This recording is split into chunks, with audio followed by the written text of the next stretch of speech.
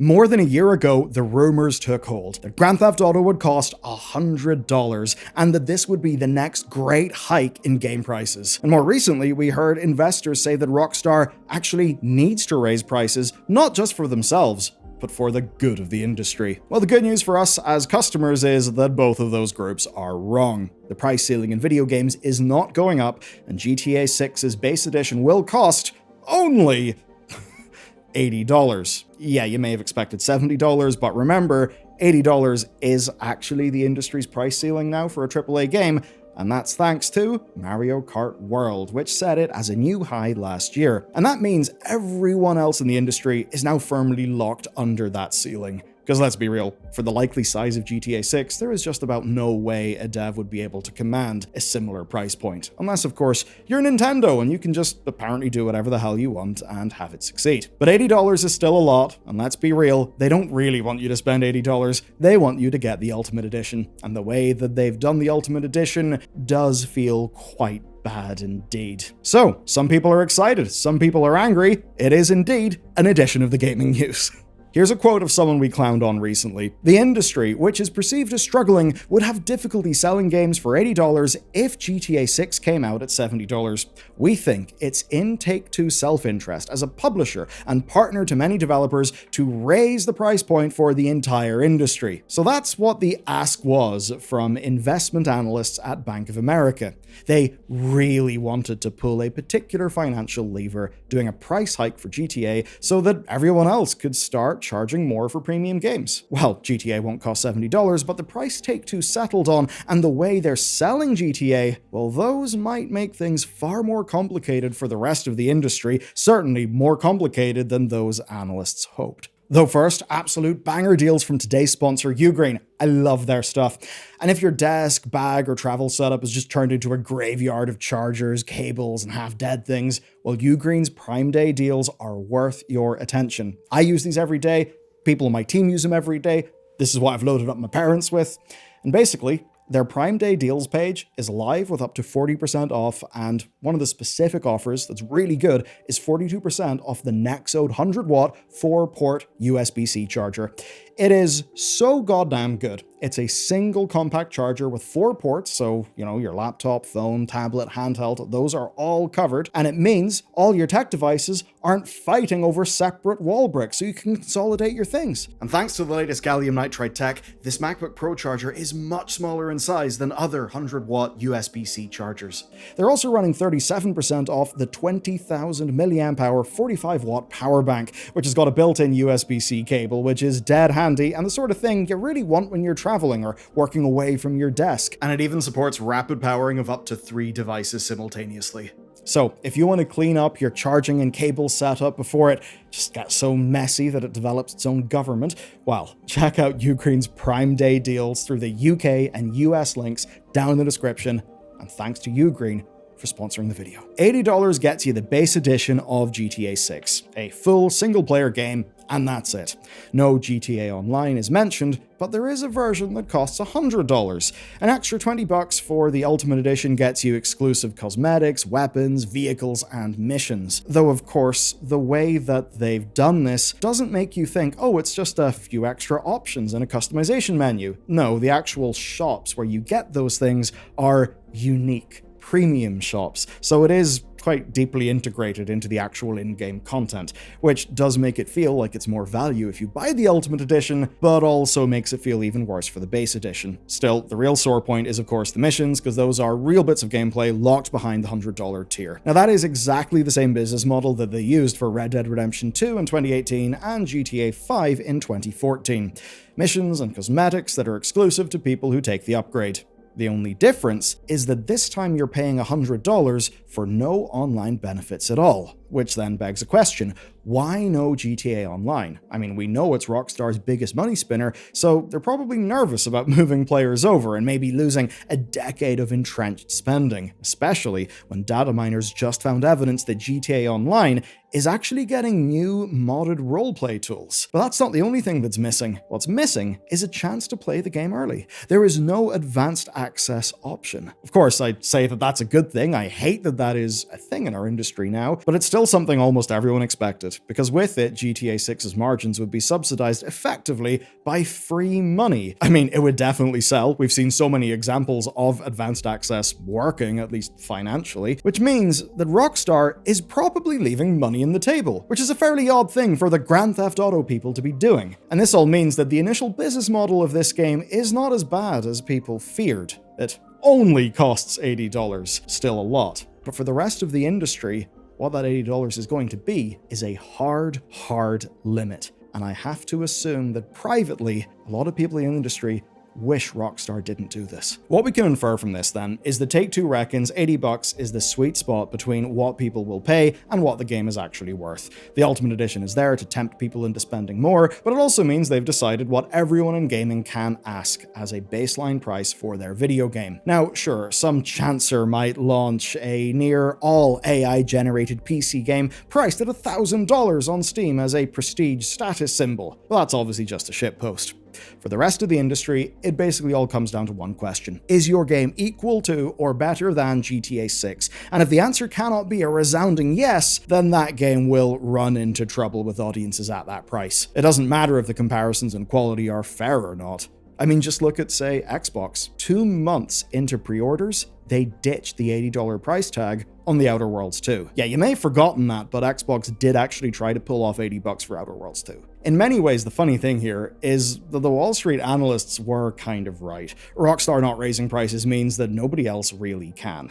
Any game that tries to will be compared to GTA, and that will be a comparison they'll lose, even if it's just from the sheer amount of time and money that we know has been poured into GTA 6. Speaking to GameIndustry.biz, the established analysts broadly agreed with this take. Reese Elliott at Alina Analytics was especially scathing. Here's the quote: GTA 6 has more pricing power than any game on Earth, and it still didn't go above $80. If the biggest release in the industry's history looked at the ceiling and chose not to break it, that should tell everyone else the ceiling is real, and they'll smack their head on it. The danger is that publishers read GTA is $80 as a green light and push their own run-of-the-mill or new IP games to $80, when the lesson is the opposite. Even GTA didn't think it could go higher. What that means is that $80 is now locked in for big, like annual franchises, your Call of Duties, your EA Sports FCs, and Take-Two's own NBA 2K. Now, for you, that's probably good news on the immediate front. It means that $70 is going to be the industry standard for a good while longer.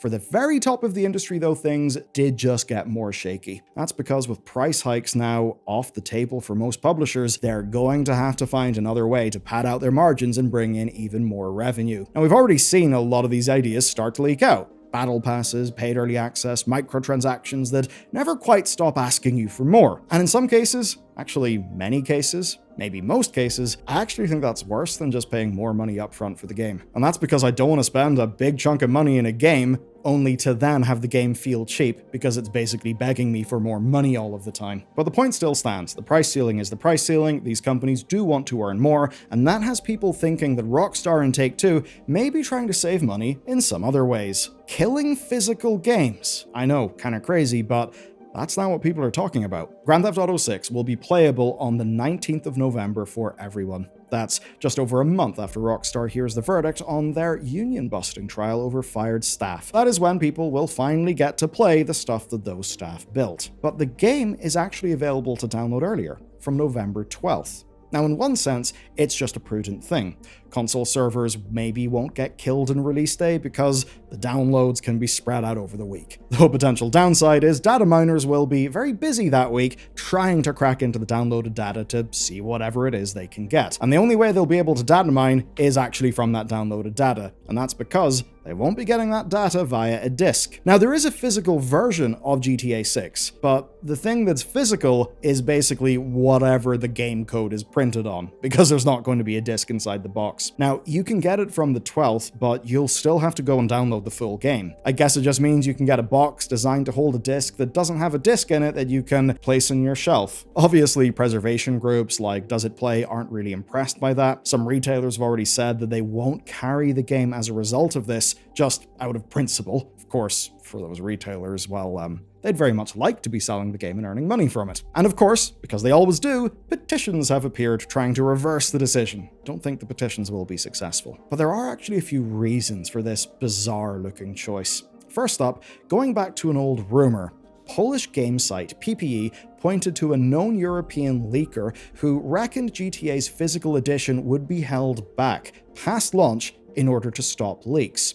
Strauss Zelnick himself, CEO of Take-Two, actually denied that. Though in reality, I do think they're both right. This is absolutely going to hamper data mining stuff, but also it stops opportunistic retailers from breaking the street date. And on top of all that, it means that right up to the 19th, Rockstar can keep patching the final build of the game. And that may be why the same leaker is now saying, as spotted by VGC, that actual discs will eventually be printed for sale by December. So if true, this won't necessarily kill the second-hand market for this game long-term, but it does make you wonder, why go through all that chaos and why risk the physical games audience? We have some numbers in this one. Take-Two sold 96.4% through digital channels in 2025. Yeah, physical is tiny these days. Estimates have digital overall at 90% on Xbox and 80% on PlayStation. But because of that, you may be wondering, if physical is such a small thing, and let's be real, it's GTA, people will pretty much get it no matter what, then why would you even waste money making boxes,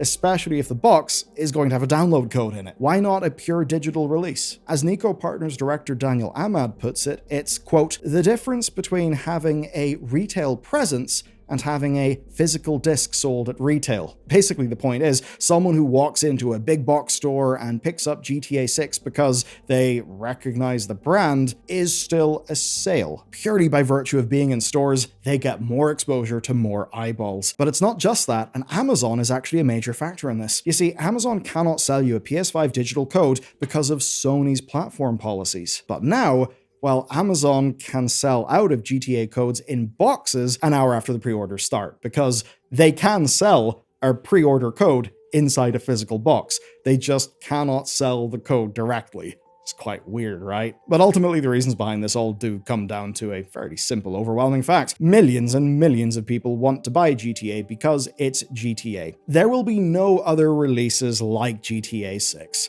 This is a game that reaches way beyond the usual gaming crowd, but it is still one that's going to shape a lot of how games are sold for those of us who aren't just fair-weather gamers. The price ceiling is now fixed. GTA probably could have went higher, but Take-Two just wanted to avoid even more sticker shock, and that's because $80 is still going to sticker shock so many people who still see $70 as being the top end. Let's be real, even though technically Mario Kart did enter us into new territory being at 80, loads of people just got that bundled with a Switch 2 anyway, so they probably didn't feel that the game cost 80. And the upshot of all this and the rest of the industry is that other developers have now got themselves a hard limit on what they can charge, and on the physical games front, well, physical games won't be killed by this launch, but GTA is teaching other publishers how to still take advantage of stores down the line.